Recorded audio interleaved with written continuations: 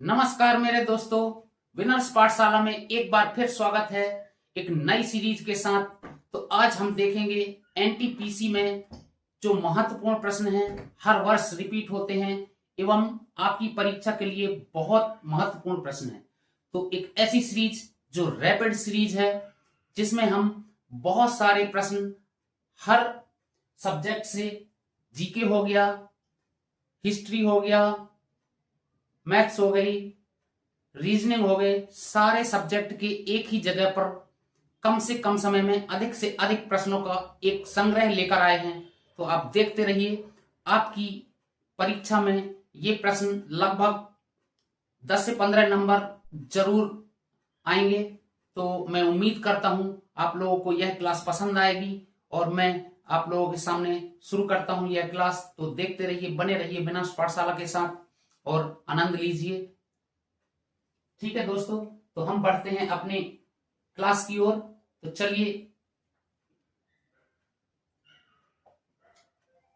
हम देखेंगे सबसे पहले जीके जीएस। जीके जीएस के अंदर कौन कौन से टॉपिक हैं, उसके बाद देखेंगे मैथ्स के में सवाल जो है, कुछ इंपॉर्टेंट मेथड्स हैं, कुछ इंपॉर्टेंट जो हमारे थ्योरम्स हैं, किस टाइप के प्रश्न आते हैं, और उसके बाद हम देखेंगे रीजनिंग के। तो चलिए हम बढ़ते हैं सबसे पहले जीके जीएस की ओर। ठीक है बंधुओं, चलिए।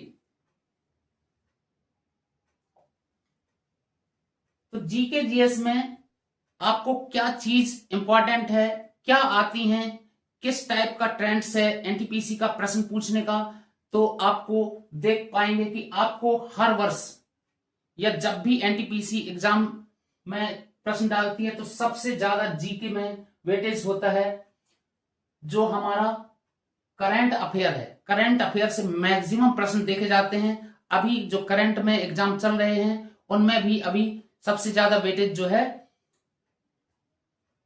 6 मंथ या 1 साल के अंदर का जो करंट अफेयर है वह बहुत ज्यादा आ रहा है दोस्तों। तो इस बात पे गौर करिएगा, आप एक बार जरूर रिपीट करिए सारा अपने रिवीजन को और आप अधिक से अधिक मार्क्स स्कोर करिए। ठीक है दोस्तों, फिर हमको दूसरा टॉपिक यह है कि रेलवे का जो जानकारी है उसके बारे में जो जीके है उसको एक बार रिवीजन करना है। फिर इंडियन हिस्ट्री है, उसको भी हमको पढ़ना पड़ेगा। जियोग्राफी है इंडियन और वर्ल्ड की, उसके बाद है पॉलिटी, इकोनॉमिक्स, इसी प्रकार साइंस से भी फिजिक्स, केमिस्ट्री और बायोलॉजी के कुछ इंपॉर्टेंट प्रश्न हैं जो हर वर्ष रिपीट हो जाते हैं। तो हम दिखाएंगे आपको, मैं कुछ आपको ये इंट्रो करा रहा हूं, क्या क्या चीजें पूछी जाती हैं और क्या इंपॉर्टेंट टॉपिक हैं। आप जाने से पहले एग्जाम में जरूर इन टॉपिक्स को पढ़िएगा और मैं आपको जो कुछ इंपॉर्टेंट प्रश्न हैं वो आपको लेकर आया हूं। तो चलिए इसी सब्जेक्ट पे आपको अवार्ड्स, बुक्स एंड स्पोर्ट्स से भी हर वर्ष 1-2 प्रश्न मिल जाते हैं। और इंपॉर्टेंट डे है हर वर्ष, इंटरनेशनल, नेशनल जो डे हैं हमारे वो भी जरूर पूछा जाता है। तो चलिए हम बढ़ते हैं अपने प्रश्नों की ओर। दोस्तों मेरे पास ये प्रश्नों का बहुत सारा संग्रह है, तो आप लोगों से एक रिक्वेस्ट है कि थोड़ा सा मैं फास्ट कराऊंगा। आप लोग सिर्फ एक बार रिफ्रेश कीजिएगा कि ये प्रश्न है और इनके आंसर हैं, तो चीजें जल्दी हो जाएंगी और जल्दी समय आपका ज्यादा वेस्ट नहीं होगा। तो चलिए हम पढ़ते हैं।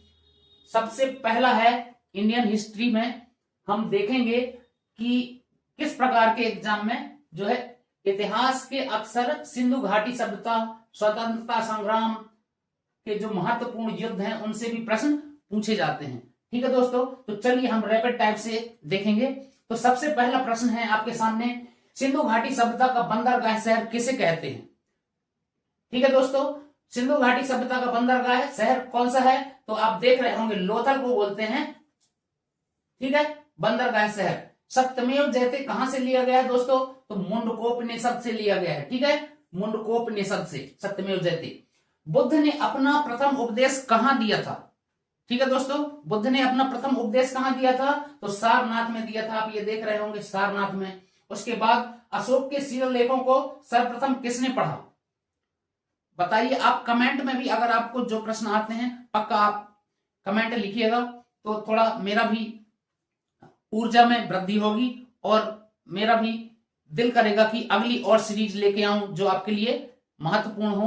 तो पक्का कमेंट करिएगा, आपका जो रिक्वायरमेंट है जिस सब्जेक्ट में आप हमें कमेंट करिए, उस टॉपिक पे हम एक नया वीडियो आसान एवं सरल भाषा में लेकर आएंगे। हमारा उद्देश्य है हर बच्चे तक, हर दोस्त तक, हर भाई तक, हर बहन तक हमारी जो चीजें हैं, जो नॉलेज है वो शेयर करें और सभी लोग पढ़ें, आगे बढ़ें। ठीक है दोस्तों, तो चलिए अगले प्रश्न की ओर चलते हैं हम। अशोक के शिलालेखों को सर्वप्रथम किसने पढ़ा? तो जेम्स प्रिंसेस ने पढ़ा। और कब पढ़ा? 1837 में दोस्तों। ठीक है, इस प्रकार से प्रश्न आ जाता है 1837 में अशोक के शिलालेखों को सर्वप्रथम किसने पढ़ा था? तो किसने पढ़ा था? जेम्स प्रिंसेस ने। ठीक है, फिर उसके बाद अगला प्रश्न है, प्रथम जैन संगीति कहां आयोजित हुई? ठीक है, तो पाटलिपुत्र में हुई है मेरे बंधुओं, ये चीज भी याद रखिए। विजयनगर साम्राज्य की स्थापना किसने की थी? तो हरिहर और बुक्का ने की थी। किसने? हरिहर और बुक्का। ठीक है, अकबरनामा के लेखक कौन है? तो अबुल फजल जी हैं। ठीक है, अबुल फजल याद रखिए, अकबरनामा के लेखक का नाम आ जाता है तो अबुल फजल है। पानीपत का प्रथम युद्ध कब हुआ था दोस्तों? तो 1526 में। और किस किस के बीच में हुआ था? बाबर और इब्राहिम लोदी के बीच में। ठीक है दोस्तों, इसके बाद देखिए, भारत में सिविल सेवा का जनक किसे माना जाता है? भारत में जो सिविल सेवा है उसके जनक किसे माना जाता है? तो माना जाता है लॉर्ड कॉर्नवालिस को। किसको? लॉर्ड कॉर्नवालिस को। ठीक है, सहायक संधि की शुरुआत कब हुई या किसने की? तो लॉर्ड वेलेस्ली ने की थी इसकी शुरुआत। ठीक है, 1857 के विद्रोह के समय भारत का गवर्नर जनरल जो था वो कौन था? तो आपको पता होना चाहिए दोस्तों, लॉर्ड कैनिंग। लॉर्ड कैनिंग जो थे भारत के उस समय गवर्नर जनरल थे। ठीक है, इसी प्रकार अगला प्रश्न है, भारतीय राष्ट्रीय कांग्रेस की स्थापना कब हुई? तो आपको पता होना चाहिए 1885 में। ठीक है, किसने की थी? ए ओ ह्यूम ने। 1885 में ए ओ ह्यूम द्वारा राष्ट्रीय कांग्रेस की स्थापना हुई थी, भारतीय राष्ट्रीय कांग्रेस की। ठीक है, स्वराज मेरा जन्मसिद्ध अधिकार है, यह किसका नारा था? तो आपको पता होना चाहिए, यह बाल गंगाधर जी का नारा था दोस्तों। ठीक है, बाल गंगाधर जी का। इसी प्रकार अगला प्रश्न है, गांधी जी का भारत में पहला सत्याग्रह कौन सा था? तो चंपारण। ठीक है, चंपारण सत्याग्रह कब किया था उन्होंने?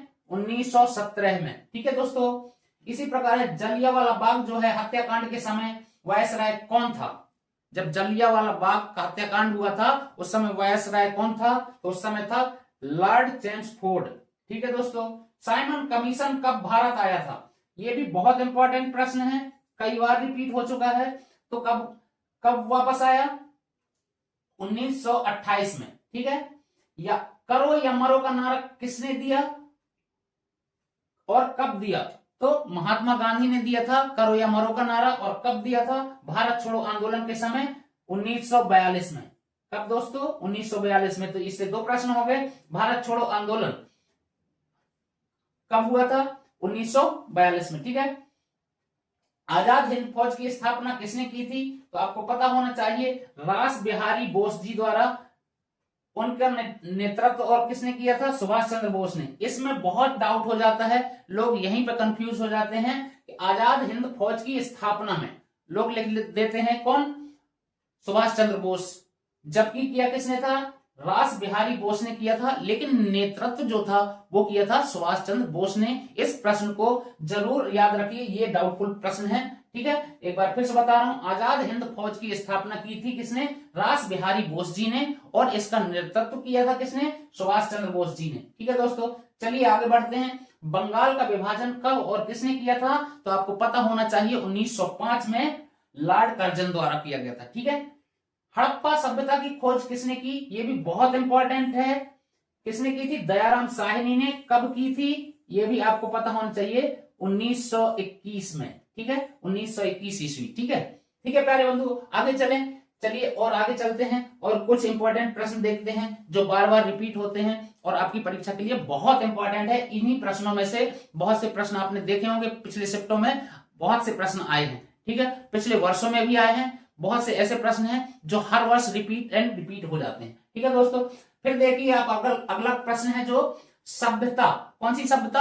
हड़प्पा सभ्यता की खोज किसने किया था? तो दयाराम साहनी ने। मैंने आपको बताया कब की थी, 1921 में। मृतकों का टीला किसे कहा जाता? बहुत ही इंपॉर्टेंट प्रश्न है, हर वर्ष हड़प्पा संस्कृति से हर सेट में एक न एक प्रश्न जरूर मिलता है हड़प्पा संस्कृति से। ठीक है दोस्तों, तो मृतकों का टीला किसे कहा जाता है? मोहनजोदाड़ो को। किसको? मोहनजोदड़ो।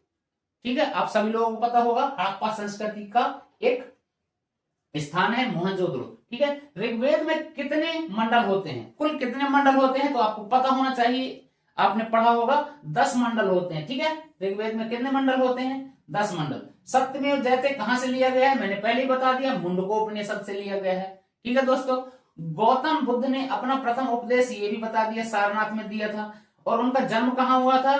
तो लुम्बिनी में हुआ था। ठीक है दोस्तों, गौतम बुद्ध का जन्म कहां हुआ था? लुम्बिनी, नेपाल में। ठीक है, उसके बाद जैन धर्म के 24वें तीर्थंकर, ये भी अच्छा प्रश्न है और कई बार ये भी आया हुआ है दूसरे एग्जामों में भी, तो इसको भी याद रखिए। 24वें तीर्थंकर का नाम क्या था? भगवान महावीर।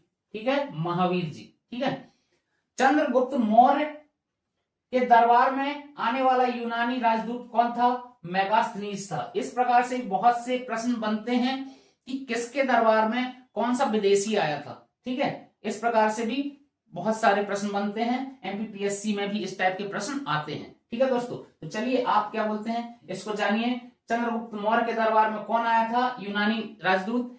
तो वो था मेगास्थनीज। ठीक है, इंडिका पुस्तक के लेखक का नाम क्या था? इसी ने लिखा था। किसने? मेगास्थनीज ने इंडिका पुस्तक। ठीक है, इसी के नाम से इंडिया नाम पड़ा भारत देश का। ठीक है दोस्तों, इंडिका, इंडिया। ठीक है, मेगास्थनीज याद रखिए, ये नाम बहुत इंपॉर्टेंट है। अशोक के शिलालेखों को सर्वप्रथम किसने पढ़ा? अशोक के जो शिलालेख हैं सबसे पहले उसको पढ़ने वाले का नाम क्या है? तो उनका नाम है जेम्स प्रिंसेस ने 1837 में पढ़ा था। ये पहले भी हमने देखा हुआ है। सांची के स्तूप का निर्माण किसने करवाया था? तो आपको पता होना चाहिए, सम्राट अशोक द्वारा इसका निर्माण कराया गया था। ठीक है दोस्तों, ये सम्राट अशोक भी, इसके बारे में भी सारी डिटेल पढ़िएगा, बहुत ही इंपॉर्टेंट है। हर वर्ष एक ना एक क्वेश्चन अशोक के बारे में से कोई ना कोई जानकारी पूछ लेता है। ठीक है, तो ये भी आप पढ़ के रखिएगा, एक बार रिवाइज कर लीजिए। ठीक है दोस्तों, भारत का नेपोलियन किसे कहा जाता है? यह भी बहुत इंपॉर्टेंट प्रश्न है। ठीक है, तो समुद्रगुप्त को कहा जाता है मेरे बंधुओं।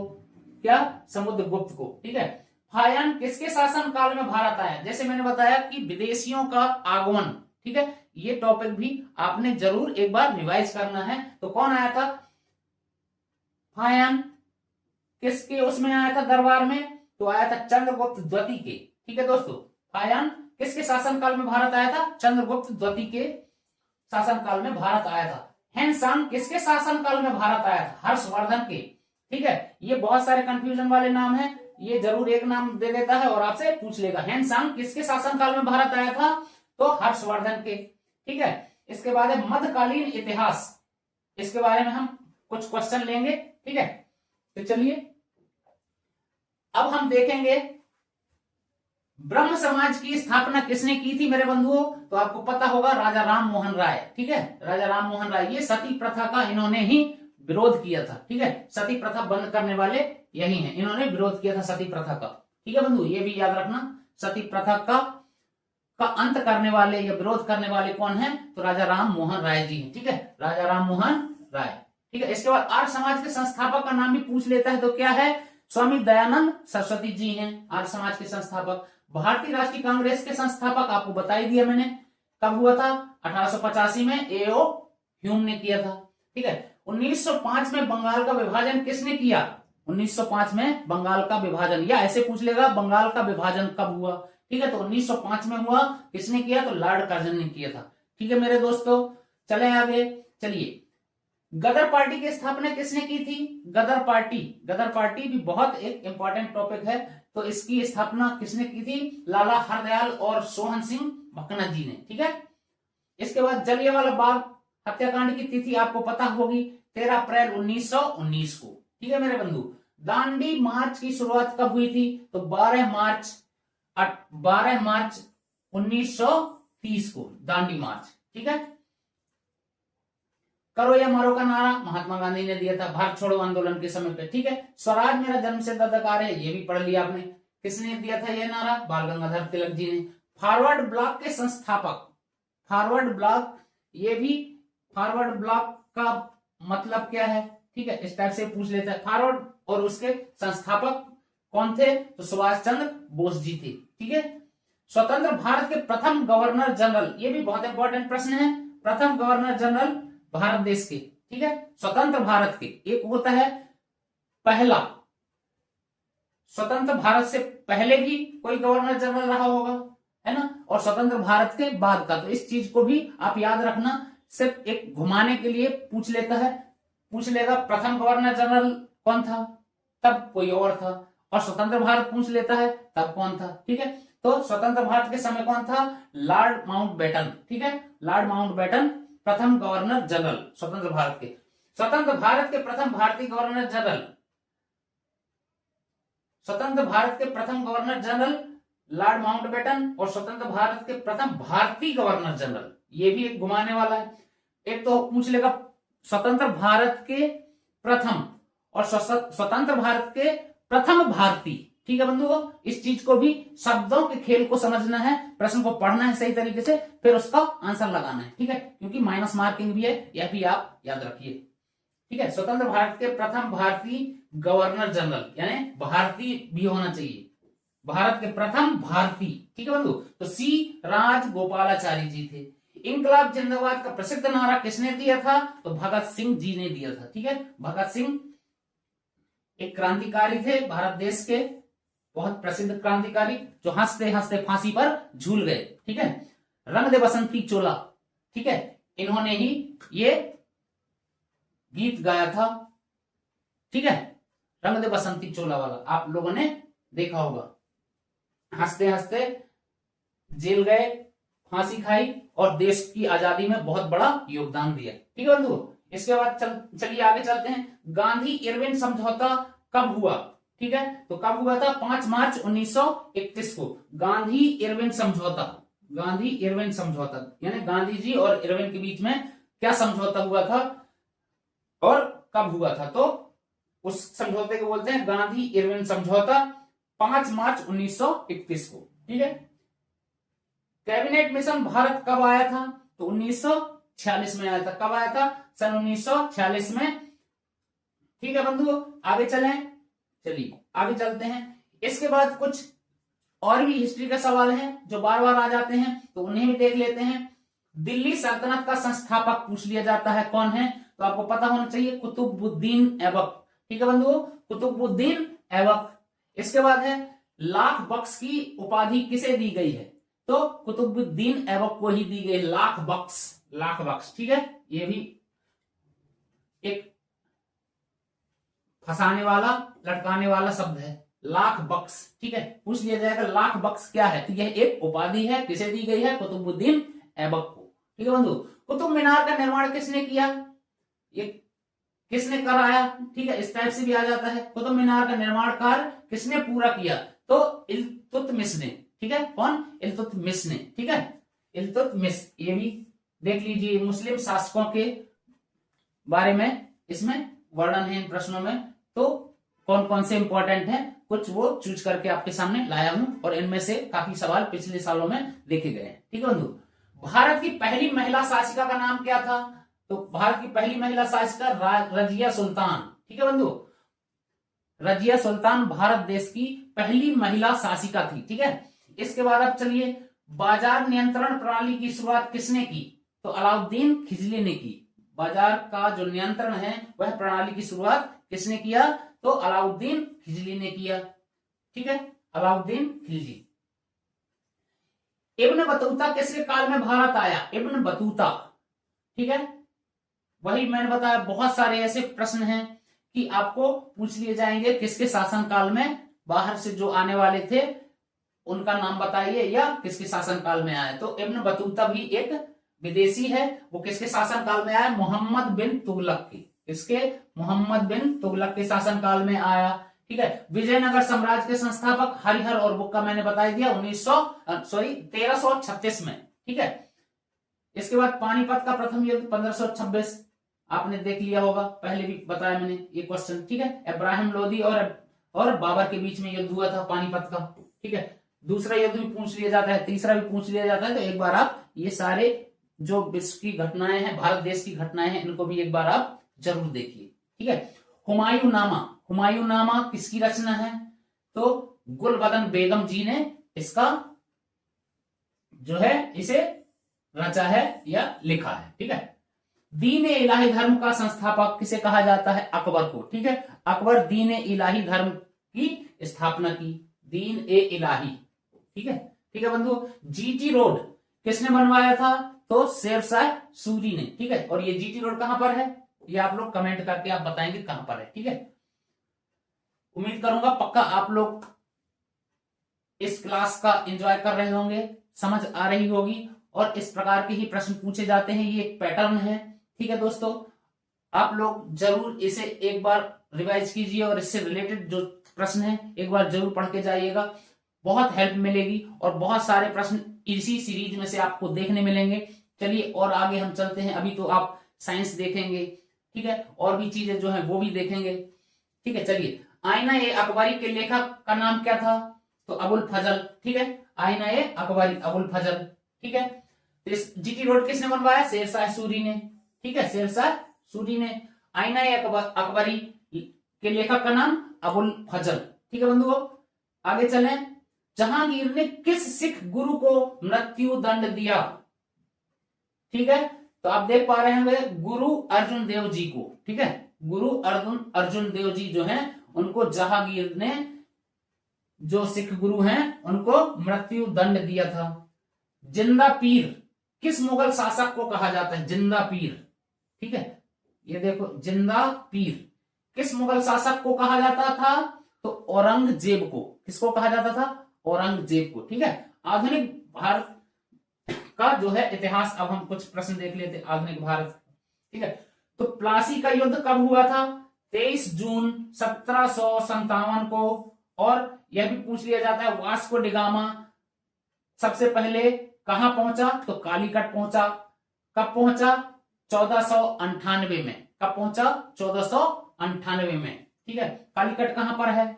आप लोग ये भी कमेंट करके बताइए, केरल में है कि गोवा में है कि तमिलनाडु में है कि कहां पर है? आप लोग ये कमेंट करके जरूर बताइएगा। ठीक है, चलिए, इसके बाद बक्सर का युद्ध किस वर्ष लड़ा गया था? बक्सर का युद्ध 1764 में लड़ा गया था। ठीक है दोस्तों, बक्सर का युद्ध, बक्सर कहां पर है? आप लोग ये भी कमेंट करके बताइए, क्योंकि ऐसी चीजें ही पूछ लेता है, क्योंकि ये चीजें तो सारे लोग पढ़ते हैं। ठीक है, कब हुआ, कहां हुआ, है ना?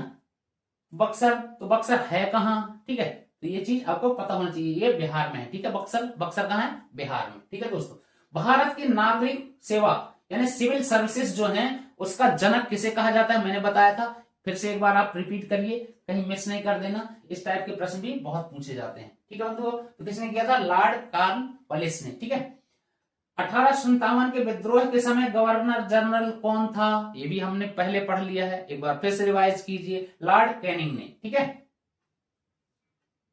चलिए अब हम पढ़ेंगे भूगोल से रिलेटेड कुछ प्रश्न। ठीक है, जो बार बार रिपीट होते हैं। तो हम देखेंगे सबसे ज्यादा प्रश्न नदियों से, पर्वत से, सौरमंडल से, एनटीपीसी के ये पसंदीदा टॉपिक हैं, इन्हीं में से बहुत सारे प्रश्न मिल जाते हैं। तो ठीक है, मैंने कुछ चुन चुन के प्रश्न यहाँ पर एकत्रित किए हैं, वही आप लोगों के सामने लेके आया हूं। ठीक है दोस्तों, तो भारत की सबसे लंबी नदी का नाम आप जानते होंगे, गंगा नदी है। ठीक है दोस्तों, भारत की सबसे लंबी नदी गंगा नदी। ठीक है, विश्व की सबसे ऊंची चोटी, यह भी पता होगी आपको, माउंट एवरेस्ट। ठीक है, माउंट एवरेस्ट। उसके बाद कर्क रेखा भारत के कितने राज्यों से गुजरती है? भारत के कितने राज्यों से गुजरती है? तो 8 राज्यों से। अच्छा, एक चीज और आप ये बताओ कि विश्व की ऐसी कौन सी नदी है जो कर्क रेखा को 2 बार काटती है? यह प्रश्न का उत्तर भी आप लोग कमेंट में दीजिएगा। ठीक है दोस्तों, फिर मैं इसका आंसर यदि आपको पता है तो ठीक है, नहीं तो फिर मैं उसी कमेंट बॉक्स में आपको रिप्लाई दे दूंगा। ठीक है, चलिए आगे चलते हैं। भारत का सबसे दक्षिणी बिंदु, यह भी पूछ लेता है, सबसे उत्तरी बिंदु कौन सा है, दक्षिणी बिंदु कौन सा भारत का? तो सबसे यहां पर क्या पूछा गया, भारत का सबसे दक्षिणी बिंदु, तो किस उसे क्या कहते हैं? इंदिरा पॉइंट कहते हैं। ठीक है, इंदिरा पॉइंट भारत का सबसे दक्षिणी बिंदु। फिर काजीरंगा नेशनल पार्क कहां पर है? नेशनल पार्क से भी एक प्रश्न आ जाता है, तो आप पढ़ लीजिएगा। कुछ इंपॉर्टेंट नेशनल पार्क हैं। कान्हा किसली पार्क कहां पर है, ठीक है, इसी प्रकार से और भी, ठीक है। तो काजीरंगा कहां पर है दोस्तों? तो यह है, और किस चीज के लिए प्रसिद्ध है? एक सींग वाले गेंडा के लिए प्रसिद्ध है, और यह पार्क कहां पर है? आसाम में, ठीक है, आसाम में है दोस्तों, ठीक है। विश्व का सबसे बड़ा डेल्टा सुंदरवन डेल्टा है, ठीक है, सुंदरवन डेल्टा विश्व का सबसे बड़ा डेल्टा है।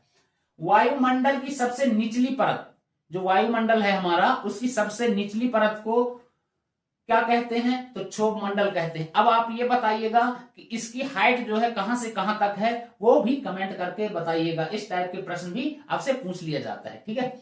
तो चलिए, अब हीराकुंड बांध किस नदी पर बना है? महानदी पर। कहां पर है ये? ओडिशा में है, ठीक है। ये आपने देख लिया, वायुमंडल की सबसे निचली परत, और सबसे ऊंची परत भी आपको पता होना चाहिए, तो वो भी आप एक बार पढ़ लीजिएगा। सारी परतों के बारे में भी थोड़ा थोड़ा सा एक बार रिवाइज कर लीजिएगा, ठीक है। उसकी डिस्टेंस कब कहां से कहां तक है, ठीक है दोस्तों। चलिए, लाल ग्रह किसे कहा जाता है? लाल ग्रह, रेड प्लेनेट, ठीक है। तो इसे किसे बोला जाता है? मंगल ग्रह को। किसे बोला जाता है मेरे बंधुओं? मंगल ग्रह को। आपने ये 5वीं 6वीं क्लास में भी पढ़ लिया होगा। पूरा हमारा जो है वायु, जो हमारा, इसके बाद है पाक जल डमरू मध्य किन देशों को अलग करता है? तो भारत और श्रीलंका को, ठीक है। जल डमरू मध्य किन दो देशों को अलग करता है? तो भारत और श्रीलंका, ठीक है। भारत में सबसे अधिक वर्षा वाला स्थान आपको पता होगा, मोचेनराम या मासेनराम। कहां पर है ये? मेघालय में, ठीक है। इसके बाद क्षेत्रफल की दृष्टि से भारत का विश्व में स्थान बताइए। तो कौन सा है? भारत का 7वां स्थान है। कौन सा? 7वां स्थान है, ठीक है दोस्तों, 7वां विश्व के क्षेत्रफल में। क्षेत्रफल की दृष्टि से भारत का विश्व में कौन सा स्थान है? तो 7वां स्थान है, ठीक है। भाखड़ा नागल डैम किस नदी पर बना है? आप याद रखिए, नदियां, पर्वत और सौरमंडल से बहुत सारे प्रश्न आते हैं, इसको जरूर, मिट्टियों से भी आते हैं, ठीक है। इस मिट्टी में, काली मिट्टी में कौन सा उर्वरक होता है, ठीक है। किस कारण से ये पानी को ज्यादा अवशोषित करती है, इसके क्या गुण हैं, ठीक है। किस मिट्टी में किस चीज की कमी होती है, इस टाइप से पूछ लिया जाता है, ठीक है दोस्तों। भाखड़ा नागल बांध किस नदी पर बना है? सतलज नदी पर, ठीक है। कौन सी नदी पर? सतलज नदी पर दोस्तों, ठीक है। इसके बाद चलिए, काली मिट्टी, हाँ देखिए, मैं मिट्टी की बात कर रहा था, काली मिट्टी से आ गया एक प्रश्न। काली मिट्टी किस फसल के लिए उपयुक्त होता है? कपास के लिए, ठीक है। काली मिट्टी में कपास का उत्पादन सर्वाधिक होता है। भारत देश में काली मिट्टी सबसे ज्यादा कहां पाई जाती है? महाराष्ट्र में, ठीक है। और महाराष्ट्र में ही कपास का सबसे ज्यादा उत्पादन होता है दोस्तों, ठीक है, काली मिट्टी। इसके बाद एशिया की सबसे लंबी नदी, एशिया की सबसे लंबी नदी कौन सी है? तो यांगजी नदी, ठीक है, यांगजी, ये हो गया। इसके बाद भूमध्य सागर की कुंजी किसे कहते हैं? बहुत ही इंपॉर्टेंट प्रश्न, भूमध्य सागर की कुंजी, ठीक है, भूमध्य सागर की कुंजी, जिब्राल्टर जल संधि को, ठीक है। इसके बाद झूम खेती, झूम खेती का मतलब क्या है? झूम खेती मतलब कि किसी प्रकार की खेती, यानी पर जहां पर भी खेती को जलाकर, यानी कोई भी जगह है उसको जलाकर ठीक ठाक की गई, उसे हम झूम खेती, यानी बदलाव, इधर फिर दूसरी जगह, फिर दूसरी जगह, इस टाइप से झूम खेती बोलते हैं उसे, ठीक है। जैसे मान लीजिए ये कोई खेती का स्थान है, ठीक है, यहाँ पेड़ पौधे हैं, इसमें आग लगाया जाएगा, जलाया जाएगा, इसको खेती के लायक बनाया जाएगा, ठीक है। और आज इधर किया, कल उधर किया, परसों उधर, इस टाइप से उस खेती को क्या बोलते हैं? झूम खेती, ठीक है। इसके बाद चलिए आगे, सफेद हाथियों का देश किसे कहते हैं? सफेद हाथी कहां पाए जाते हैं? तो थाईलैंड में पाए जाते हैं, आप लोगों को पता ही होगा, ठीक है। स्वेज नहर किन दो सागरों को जोड़ती है? ये भी बहुत अच्छा प्रश्न है। लाल सागर को जोड़ती है और भूमध्य सागर को, ठीक है, लाल सागर और भूमध्य सागर को जोड़ती है स्वेज नहर, ठीक है दोस्तों। चलें आगे, चलिए अब इसके बाद हम साइंस के प्रश्नों में आएंगे, ठीक है। उसके अंदर फिजिक्स, केमिस्ट्री और बायोलॉजी है, ठीक है। आप देखेंगे कार्य और ऊर्जा की इकाई हर वर्ष यूनिट से पूछ लिया जाता है। कार्य की ऊर्जा क्या है, कार्य की जो इकाई है क्या है ना, कार्य और ऊर्जा दोनों की जूल है, ठीक है। यानी इसे हम किसी कार्य को और ऊर्जा को, तो कार्य करने की क्षमता को, है ना, ऊर्जा कहते हैं, ठीक है। उसी का जो मात्रक है हिंदी में बोलते हैं मात्रक, ठीक है। तो क्या है, जूल है, ठीक है, यूनिट इकाई, ठीक है, क्या है, जूल, ठीक है। प्रकाश वर्ष या लाइट ईयर किसकी इकाई है, तो दूरी की इकाई है। लाइट, प्रकाश वर्ष या लाइट ईयर किसकी इकाई है, दूरी की। फिर निकट दृष्टि दोष है ना, निकट दृष्टि दोष में कौन सा लेंस उपयोग करते हैं यदि किसी को निकट दृष्टि दोष होता है, तो निकट दृष्टि दोष में करते हैं अवतल लेंस। तो अगर अब आपको दूर दृष्टि दोष हो गया तो उत्तल लेंस हो जाएगा, ठीक है। लेंस से भी एक प्रश्न जरूर आ जाता है, यानी लाइट, स्पीड ऑफ लाइट एक चैप्टर है, उसमें से भी बहुत सारे प्रश्न बनते हैं, ठीक है। ऐसे आ जाता है कि दर्पण से, है ना, दर्पण में कैसा प्रतिबिंब बनता है, आभासी बनता है, और कैसा बनता है, उल्टा बनता है, ठीक है। इस प्रकार के भी प्रश्न आ जाते हैं। या इसका दर्पण प्रतिबिंब, दर्पण का फार्मूला आ जाता है 1/v u plus 1/f is equal to 1/v, ठीक है, इस टाइप का फार्मूला होता है। फिर आ जाएगा अवतल लेंस के लिए क्या है, उत्तल लेंस के लिए क्या, लेंस के लिए क्या होता है, लेंस के लिए कुछ नहीं, यहां पर माइनस हो जाता है, ठीक है। बस इस प्रकार से आप, ये भी फार्मूला भी आते हैं तो आप इनको भी देख लीजिएगा, फार्मूला जरूर आते हैं। मैथ्स में भी बहुत सारे फार्मूला आते हैं, क्योंकि मैथ्स आजकल सब लोग छोटी छोटी बेसिक चीजें नहीं पढ़ते हैं और वही पूछ लेता है। हम बहुत डीपली चले जाते हैं और 10 लेवल का ही पूछा जाता है, ठीक है, मैक्सिमम।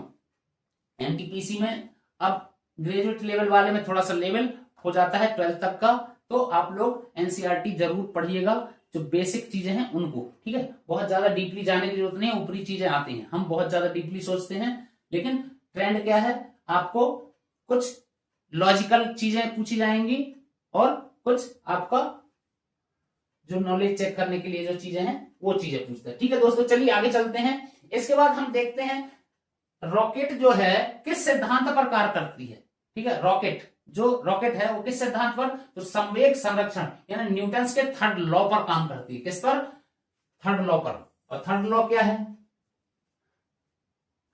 संवेग संरक्षण, ठीक है। आप एक बार सारे जो रूल्स हैं उसको देख लीजिएगा, न्यूटन के जितने, पहला नियम, दूसरा नियम, तीसरा नियम क्या है और उस पर कौन कौन सी चीजें काम करती हैं। तो थर्ड नियम जो है उस पर क्या काम कर रहा है, रॉकेट, ठीक है, संवेग संरक्षण के नियम पर। फिर ध्वनि की तीव्रता, ध्वनि की तीव्रता किससे मापते हैं, ध्वनि डेसिबल से। किससे मापते हैं, डेसिबल से। यूनिट से एक जरूर प्रश्न आता है बंधु, याद रखना, किसका यूनिट क्या है, किससे क्या मापते हैं। भूकंप किससे मापते हैं, ये पता होना चाहिए। सागर की गहराई किससे मापते हैं, ये चीज पता होना चाहिए, ठीक है, ठीक है। तो किससे मापते हैं, ध्वनि की तीव्रता को डेसिबल से, ठीक है दोस्तों। चलो आगे, हंसाने वाली गैस, ये भी बहुत इंपॉर्टेंट है, क्या बोलते हैं, लाफिंग गैस बोलते हैं, और इसका क्या है फार्मूला पूछ लेगा, ठीक है। तो क्या हो जाएगा, N2O, ठीक है, N2O, नाइट्रस ऑक्साइड, ठीक है। फिर आधुनिक आवर्त सारणी, आवर्त सारणी में बहुत सारे प्रश्न आ जाते हैं। किसने, मेंडलीफ की आवर्त सारणी से आ जाएगा, ठीक है। कब इसको मेंडलीफ ने कब क्या बोलते हैं दिया, तो सारी चीजें हैं, एक बार आप आवर्त सारणी भी पढ़ना। उसमें से ये आ जाएगा कि मान लीजिए ऑक्सीजन कौन से आवर्त में है, ठीक है, इस टाइप से। या कोई भी परमाणु के बारे में पूछ लेगा, कौन से आवर्त में है, 5वें आवर्त में, इस नंबर पर कौन सा स्थिति पूछ लेगा। या कितने क्या बोलते हैं इसमें टेबल में, इस आवर्त में कितने तत्व हैं, इस टाइप से पूछ लेगा, ठीक है। चलिए हम आगे चलते हैं, देखते हैं कुछ और प्रश्न। आधुनिक आवर्त सारणी किसने दी, जो आधुनिक आवर्त सारणी है वो किसने दी, मोजले ने, ठीक है। अब यह भी पूछ लेगा कि आधुनिक आवर्त सारणी है उसको किसने दिया था, तो मोजले ने दिया था, ठीक है। चलिए, पेंसिल की लीड किसकी बनी होती है, पेंसिल की जो लीड है, जो पेंसिल है वो किसकी बनी होती है, तो ग्रेफाइट की बनी होती है। इस प्रकार से पूछ लेगा, ग्रेफाइट क्या इलेक्ट्रिक का सुचालक है या कुचालक है, तो सुचालक है, ठीक है। हीरा कैसा है, कुचालक है, ठीक है। शुद्ध सोना कितने कैरेट का होता है, तो 24 कैरेट का होता है, आपको पता है, ठीक है। सोडियम को क्या कहा जाता है और कहां रखा जाता है?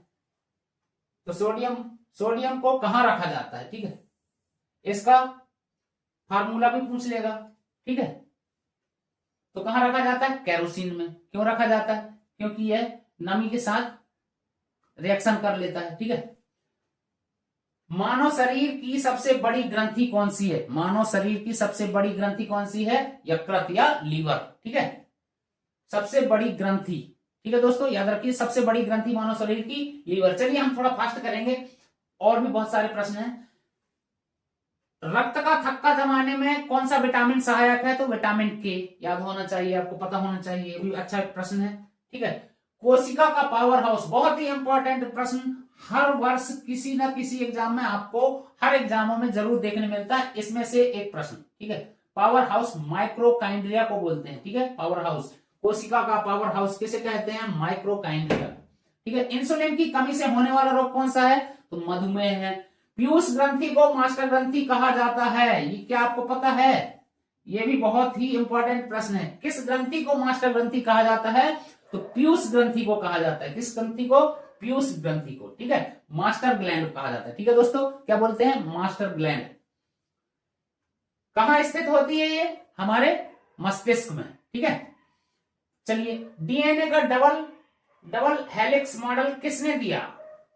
डीएनए का जो डबल हेलिक्स मॉडल है वो किसने दिया? तो वाटसन और क्रिक ने। ये भी बहुत इंपॉर्टेंट प्रश्न है, ये साइंस के प्रश्न है, इसमें से देखना एक दो प्रश्न जरूर कल चिपके मिलेंगे, याद रखिए, आप इसको बहुत अच्छे से पढ़िए, इसमें बहुत इंपॉर्टेंट प्रश्न है, बहुत चुनकर लाया हूं, ये प्रश्न बहुत बार रिपीट हुए, ठीक है दोस्तों। चलिए आगे चलते हैं। सर्वदाता रक्त समूह कौन सा है? कौन सा रक्त समूह है जो सर्वदाता है? तो ओ नेगेटिव सर्वदाता, ठीक है दोस्तों, कौन सा? ओ नेगेटिव को सर्वदाता रक्त बोलते हैं समूह, ठीक है। भारी जल या हैवी वाटर का सूत्र क्या है? D2O, क्या है? D2O, ठीक है, ड्यूटोरियम ऑक्साइड भी बोलते हैं, ठीक है दोस्तों। लोहे पर जंग लगना किसका उदाहरण है? ऑक्सीकरण का। किसका? ऑक्सीकरण या ऑक्सीडेशन का, ठीक है दोस्तों। चले आगे, चलिए और देखो आगे। कोशिका का पावर हाउस बता ही दिया मैंने, कोशिका का शक्ति केंद्र भी उसी को बोलते हैं, किसे बोलते हैं? माइक्रोकाइंड्रिया को। मानव शरीर की सबसे बड़ी ग्रंथि बता ही दिया मैंने, रक्त का थक्का जमाने के लिए बता ही दिया मैंने, ठीक है, कौन सा है? विटामिन के, रक्त का थक्का। हड्डियों की संख्या एक वयस्क मनुष्य में कितनी होती है? वयस्क मनुष्य के शरीर में कितनी होती है? 206, और बच्चे के पूछ लिया जाए तो 203, ठीक है यार, ठीक है, याद रहेगा आपको। सबसे छोटी हड्डी कौन सी है मानव शरीर में? बताइए आप। स्टेप्स, ठीक है, सबसे छोटी हड्डी स्टेपिस भी बोलते हैं बहुत सारे लोग, प्रोनाउंसिएशन शायद मेरा कुछ हो तो आप समझ जाइएगा, स्टेपिस, ठीक है, या स्टेप्स, ठीक है। रक्त समूह का सर्वदाता आपको पता ही हो गया, या यूनिवर्सल डोनर बोलते हैं, ठीक है, उसे जो सबको दे सकता है। ओ नेगेटिव, ठीक है, कौन सा रक्त समूह है? ओ नेगेटिव, अभी मैंने पहले बताया। इंसुलिन का स्राव शरीर में कहां से होता है? तो अग्नाशय से। अग्नाशय को क्या बोलते हैं? पैनक्रियाज। क्या बोलते हैं दोस्तों? पैनक्रियाज, ठीक है। इस प्रकार से याद, इंसुलिन का स्राव कहां से होता है, या कहां स्राव होता है शरीर में हमारे? तो अग्नाशय, ठीक है, पैनक्रियाज में, ठीक है बंधु। पाचन प्रक्रिया जो है मानव शरीर में, भोजन का मुख्य पाचन कहां होता है? छोटी आंत में, ठीक है, कहां पर होता है? मानव शरीर का मुख्य पाचन कहां पर होता है? छोटी आंत में, ठीक है बंधुओं। इसके बाद चलिए, हीमोग्लोबिन रक्त का लाल रंग, ठीक है, किसके कारण होता है रक्त लाल? तो हीमोग्लोबिन के कारण होता है, ठीक है। किसके कारण हमारा रक्त जो है लाल होता है? हीमोग्लोबिन, HB, ठीक है, HB के कारण, ठीक है, हीमोग्लोबिन। इसके बाद हीमोग्लोबिन प्रोटीन के कारण, ठीक है, रंग लाल, हीमोग्लोबिन प्रोटीन जो होता है, हीमोग्लोबिन का प्रोटीन के कारण, ठीक है। जैसे लोहा, जिसमें लोहा, आयरन जिसे बोलते हैं आयरन, इसमें हीमोग्लोबिन HB, ठीक है। चलिए, इसमें हीमोग्लोबिन जो है लाल रक्त का एक कारण है, क्या है, प्रोटीन के कारण। और इसमें क्या है, अधिकतम क्या पाया जाता है, आयरन की मात्रा पाई जाती है हीमोग्लोबिन में। ठीक है, काट दिया। ठीक है, चलिए आगे चलते हैं। जो गुणसूत्र हैं, मनुष्य में गुणसूत्रों की संख्या कितनी होती है, 46। मतलब 23-23 का जोड़ा होता है, एक पेयर होता है 23-23 का जोड़ा। ठीक है, तो कितने होते हैं मनुष्य गुणसूत्र मनुष्य के शरीर में, तो टोटल 46 और एक जोड़े पर 23-23 का एक जोड़ा होता है। ठीक है, चलिए वृक्क की इकाई, ठीक है, वृक्क यानी किडनी की कार्यात्मक इकाई को नेफ्रॉन कहते हैं। क्या कहते हैं, नेफ्रॉन। कार्य करने की जो इकाई है या कार्यात्मक इकाई को नेफ्रॉन कहते हैं। ठीक है दोस्तों, नेफ्रॉन याद रखिए। मस्तिष्क का वजन पूछ ले, एक वयस्क मनुष्य के मस्तिष्क का औसत वजन कितना होता है, 1350 से 1400 ग्राम, ये भी याद रखना। ठीक है, उसके बाद अनुवांशिकी, अनुवांशिकी का पिता कैसे कहा जाता है, या फादर ऑफ जेनेटिक्स, जेनेटिक्स का फादर। ठीक है, कैसे कहा जाता है, अनुवांशिकी का पिता, तो ग्रेगर जॉन मेंडल को कहा जाता है। किसे कहा जाता है, ग्रेगर जॉन मेंडल। ठीक है, अनुवांशिकी का फादर या फादर ऑफ जेनेटिक्स। ठीक है दोस्तों, पेसमेकर का संबंध शरीर में किससे है, किस पार्ट से है शरीर के, तो हार्ट से। ये हार्ट में लगाया जाता है पेसमेकर। ठीक है, पेसमेकर स्टील का बना हुआ एक छोटा सा डिवाइस है। ठीक है दोस्तों, श्वेत रक्त कणिकाएं, श्वेत रक्त कणिकाएं यानी WBC, WBC जो है मुख्य कार्य शरीर को रोगों के संक्रमण से बचाना है, पूछ लेता है। मुख्य कार्य यानी इसका सही जोड़ी में या किसी टाइप से भी आ जाएगा, क्या ये सही है, सही गलत में आ जाएगा, है ना। तो उसका श्वेत रक्त कणिकाओं का काम क्या है, संक्रमण से बचाना या इम्यूनिटी प्रदान करना शरीर को। ठीक है, RNA DNA जो है, RNA और DNA का डबल हेलिक्स मॉडल, ये तो आपको पता ही है, वाटसन और क्रिक ने दिया है। ठीक है, विटामिन सी, विटामिन सी की कमी से कौन सा रोग होता है, स्कर्वी हो जाती है। ठीक है, कौन सा, स्कर्वी, विटामिन सी की कमी से। अब आपसे ये भी पूछ लिया जाएगा विटामिन सी का जो है रासायनिक नाम बता दीजिए। ठीक है, तो क्या है बताओ, चलो कमेंट करके बताइएगा, इस टाइप से भी प्रश्न बहुत आता है। ठीक है दोस्तों, पीयूष ग्रंथि को मास्टर ग्रंथि कहते हैं, ये तो आपने पढ़ ही लिया है।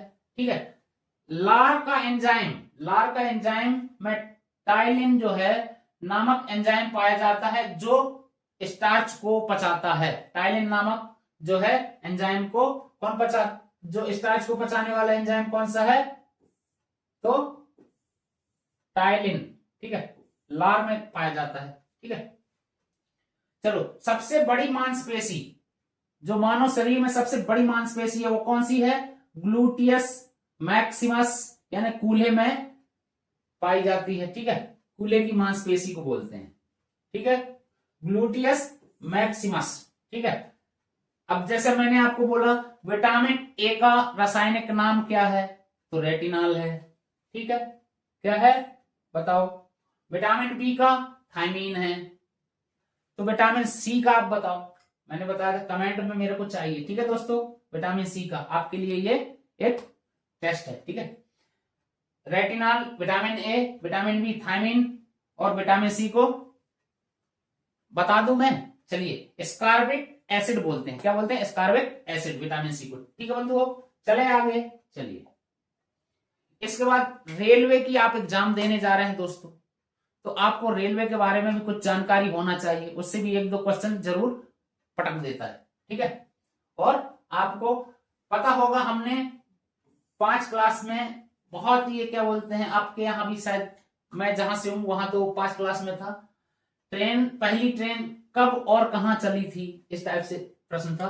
ठीक है, या एक चैप्टर ही था पूरा रेल के बारे में। ठीक है, चलिए तो कब और कहां चली थी पहली बार ट्रेन, बोरीवली से थाने के बीच में चली थी दोस्तों। कब चली थी, 16 अप्रैल 1853 को। ठीक है, 16 अप्रैल 1853 को पहली ट्रेन कब और कहां चली थी, ये चीज भी पता होना चाहिए। ठीक है, बेशक पूछे ना, लेकिन हमें पता होना चाहिए, और पूछ ही लेता है। बहुत सारे लोग क्या बोलते हैं, सोचते होंगे यार ये प्रश्न ऐसे बड़ा सरल सा है, हमने तो बचपन से पढ़ रखा है। तो इसी टाइप के प्रश्न आते हैं, आसान होते हैं, थोड़ा लॉजिकली होते हैं, अगर आपने उन्हें रिवाइज किया तो आसानी से बनेंगे। तो दोस्तों उम्मीद करता हूं आपको ये क्लास पसंद आ रही होगी। यदि पसंद आ रही है तो आप जरूर लाइक और शेयर करिएगा और हमारा हौसला बढ़ाते रहिएगा। इस छोटे से परिवार को धीरे धीरे बढ़ाइएगा। इसी टाइप की सीरीज हम लाते रहेंगे। तो दोस्तों अभी क्लास खत्म नहीं हुई है, अभी आगे और भी बाकी है, तो देखते रहिए, दोस्तों को शेयर करते रहिए और हमारा हौसला बढ़ाते रहिए। ठीक है दोस्तों, चलिए आगे। भारत की पहली इलेक्ट्रिक ट्रेन, ठीक है दोस्तों, भारत की जो पहली इलेक्ट्रिक ट्रेन है उसका नाम क्या है? डेक्कन क्वीन। क्या है? डेक्कन क्वीन, 1929 में। ठीक है, याद रखिए ये सन भी 1929 को। ठीक है, भारतीय रेल का राष्ट्रीयकरण कब हुआ था? तो 1950 में हुआ था। भारतीय रेल का राष्ट्रीयकरण 1950, ये भी याद रखिएगा। ठीक है, रेलवे बोर्ड के वर्तमान अध्यक्ष कौन है? ठीक है, तो इसके बारे में थोड़ा सा एक बार थोड़ा देख लीजिए, शायद चेंज होते रहता है, तो मेरे पास शायद पुराना सतीश कुमार जी का नाम है। आप एक बार इसको जरूर देख लीजिएगा। ठीक है, एक बार जरूर देखिएगा, चेक कर लीजिएगा, शायद कोई अपडेट हो तो। ठीक है, इस टाइप से भी आ जाते हैं जो नए पद, उनके बारे में भी आ जाता है। अभी कौन है? सीजीआई कौन है? ठीक है, इस प्रकार से भी बहुत सारे लोग चेंज होते रहते हैं, तो थोड़ा एक बार आप रिवाइज कर लीजिएगा। ठीक है, भारत का सबसे लंबा रेलवे प्लेटफॉर्म कहां पर है? हुबली, कर्नाटक में। ठीक है दोस्तों, सबसे लंबा प्लेटफॉर्म। फिर स्वतंत्र भारत के पहले रेल मंत्री कौन थे? तो जान मथाई थे। कौन थे? जान मथाई जी। ठीक है, रेलवे स्टाफ कॉलेज कहां पर है? बड़ोदरा में है। ठीक है, उसके बाद अगला प्रश्न है, पहली मेट्रो रेल कहां चली? तो कोलकाता में चली थी। कब चली थी? 1984 में। ठीक है, 1984 में पहली मेट्रो रेल कोलकाता में। ठीक है, सबसे तेज चलने वाली ट्रेन कौन सी है भारत देश की? तो वंदे भारत एक्सप्रेस। ठीक है, वंदे भारत एक्सप्रेस। अब इसकी स्पीड कितनी है आप लोग ये कमेंट करके जरूर बताइएगा। रेलवे को कितने जोन में बांटा गया है? रेलवे को कितने जोन में बांटा गया है? तो 19 जोन। ठीक है, और कोलकाता मेट्रो सहित 19। ठीक है, मेट्रो का भी जो जोन है उसको भी ऐड करके 19 जोन है। ठीक है, दक्षिण पूर्व मध्य रेलवे का मुख्यालय कहां पर है? दक्षिण पूर्व का। पश्चिम मध्य रेलवे का कहां है? इसी प्रकार से और भी पूछ लेगा। सारे रेलवे जोन आपको पता होना चाहिए, एक बार जरूर पढ़ लीजिएगा। ठीक है, मैं सिर्फ आपको रिमाइंड करा रहा हूं, इस प्रकार के प्रश्न आते हैं और आप देखिएगा इसी से रिलेटेड पक्का प्रश्न मिलेंगे, 10 से 15 प्रश्न, और हर परीक्षा में एक एक प्रश्न मैटर करता है आपकी रैंकिंग के लिए। ठीक है दोस्तों, तो जरूर अच्छे से अपने अंकों को, मैं उम्मीद करता हूं, भगवान से दुआ करता हूं कि जो लोग भी क्लास देख रहे हैं और जो लोग भी कॉम्पिटिटिव एग्जाम में बैठ रहे हैं, अपने अंकों के साथ अच्छे अंक लेकर आए और सेलेक्ट हों। ठीक है, तो चलिए दोस्तों, मैत्री एक्सप्रेस जो है किन दो देशों के बीच चलती है? ठीक है, तो भारत और बांग्लादेश के बीच। ठीक है, भारत और बांग्लादेश के बीच मैत्री एक्सप्रेस। भारत की पहली महिला रेल मंत्री कौन थी? ठीक है, तो ममता बनर्जी। पहली महिला रेल मंत्री का नाम ममता बनर्जी है। विश्व का सबसे पुराना चालू इंजन कौन सा है? अभी भी जो चल रहा होगा। ठीक है, चालू इंजन फेरी क्वीन। ठीक है, रेलवे बजट को सामान्य बजट से कब अलग किया गया?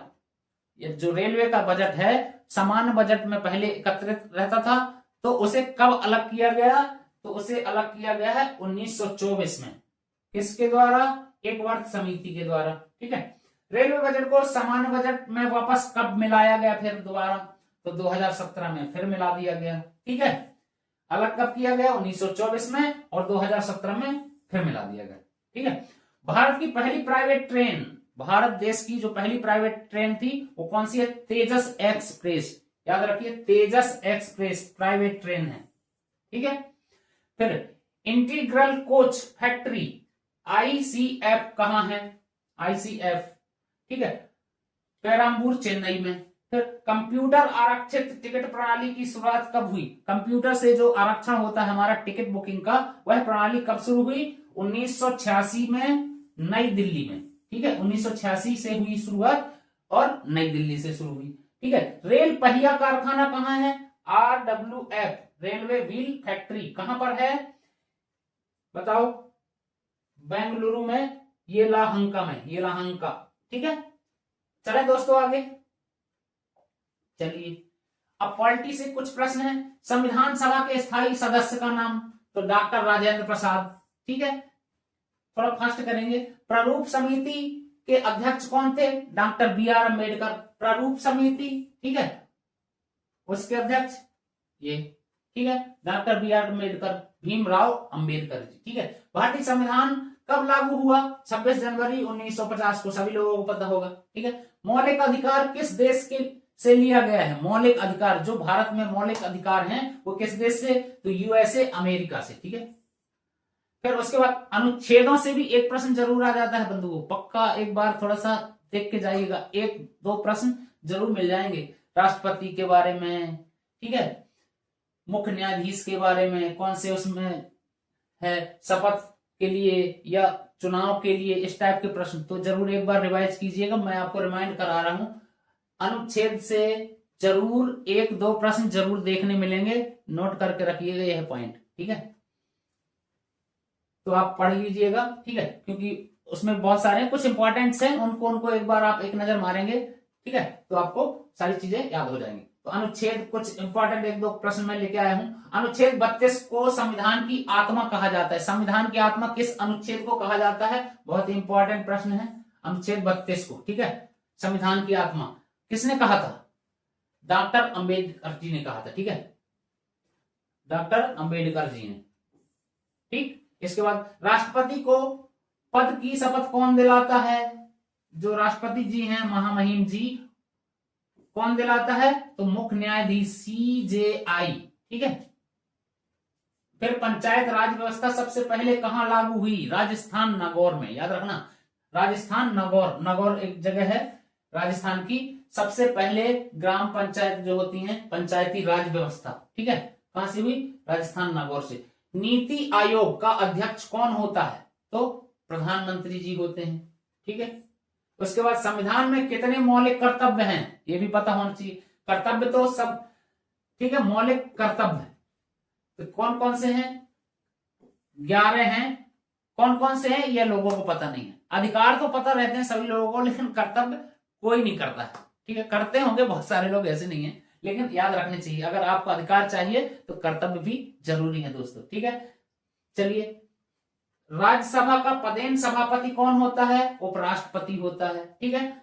जीएसटी बहुत ज्यादा इस समय परेशान है पब्लिक, ठीक है, जीएसटी से, हर जगह जीएसटी। तो ये कब लागू हुआ जीएसटी? तो आपको पता होना चाहिए 1 जुलाई 2017 को, ठीक है। भारत का केंद्रीय बैंक किसे कहा जाता है? तो भारतीय रिजर्व बैंक को भारत क्या बोला जाता है? आरबीआई को भारत का केंद्रीय बैंक, ठीक है बंधु। आरबीआई का राष्ट्रीयकरण कब हुआ था? तो 1 जनवरी 1949 को, ठीक है मेरे प्यारे दोस्तों, याद रखना। आरबीआई का राष्ट्रीयकरण कब हुआ था? तो 1 जनवरी 1949 को। अच्छा, पहली पंचवर्षीय योजना किस मॉडल पर आधारित थी? है ना, पहली पंचवर्षीय योजना किस मॉडल पर आधारित थी? तो हैरोल्ड डोमर मॉडल पर। कौन सा? हैरोल्ड डोमर मॉडल, ठीक है।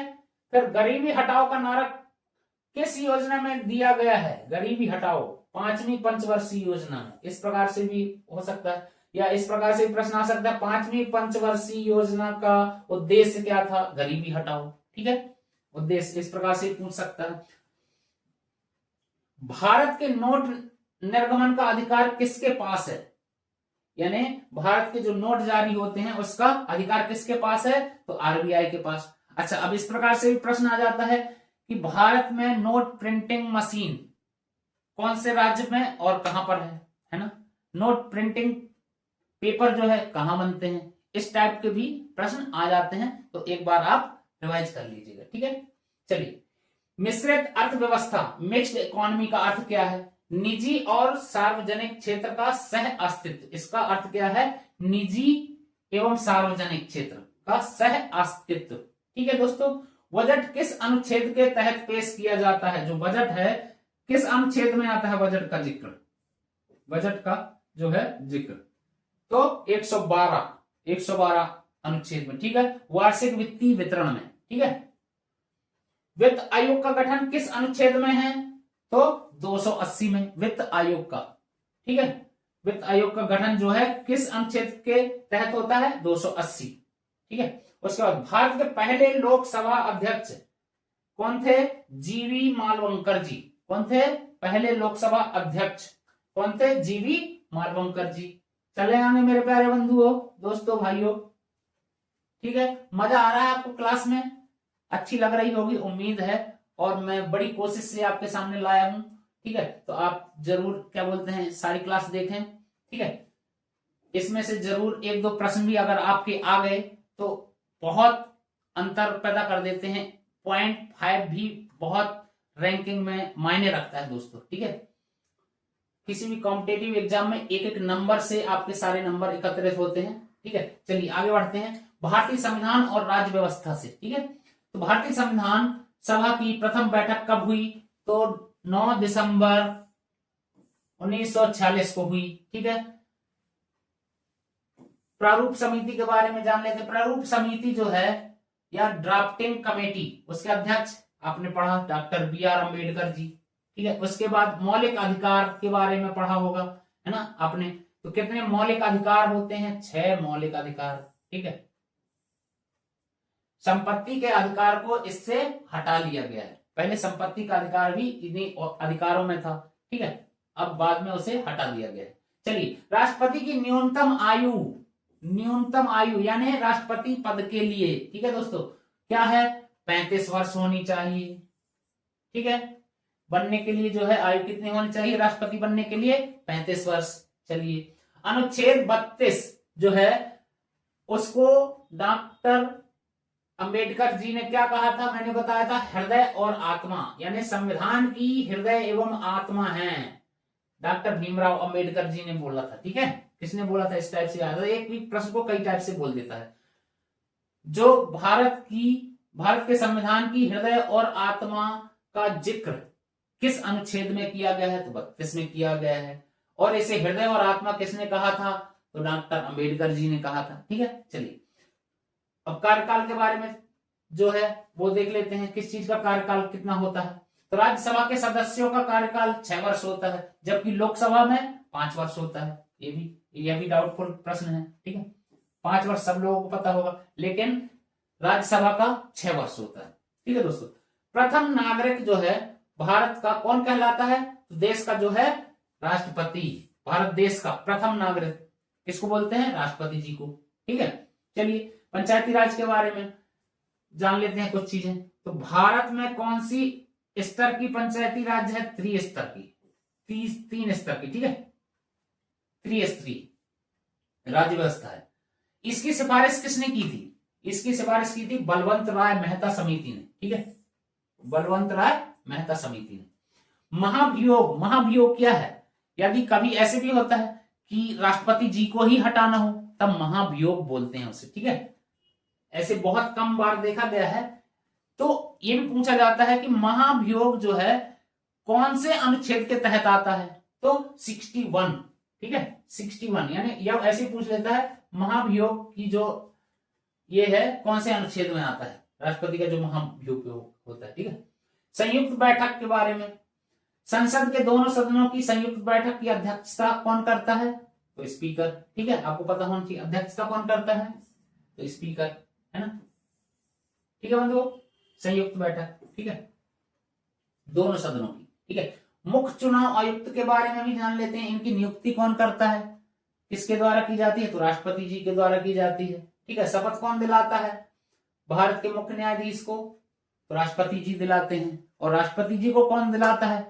तो CJI मुख्य न्यायाधीश जी दिलाते हैं, ठीक है।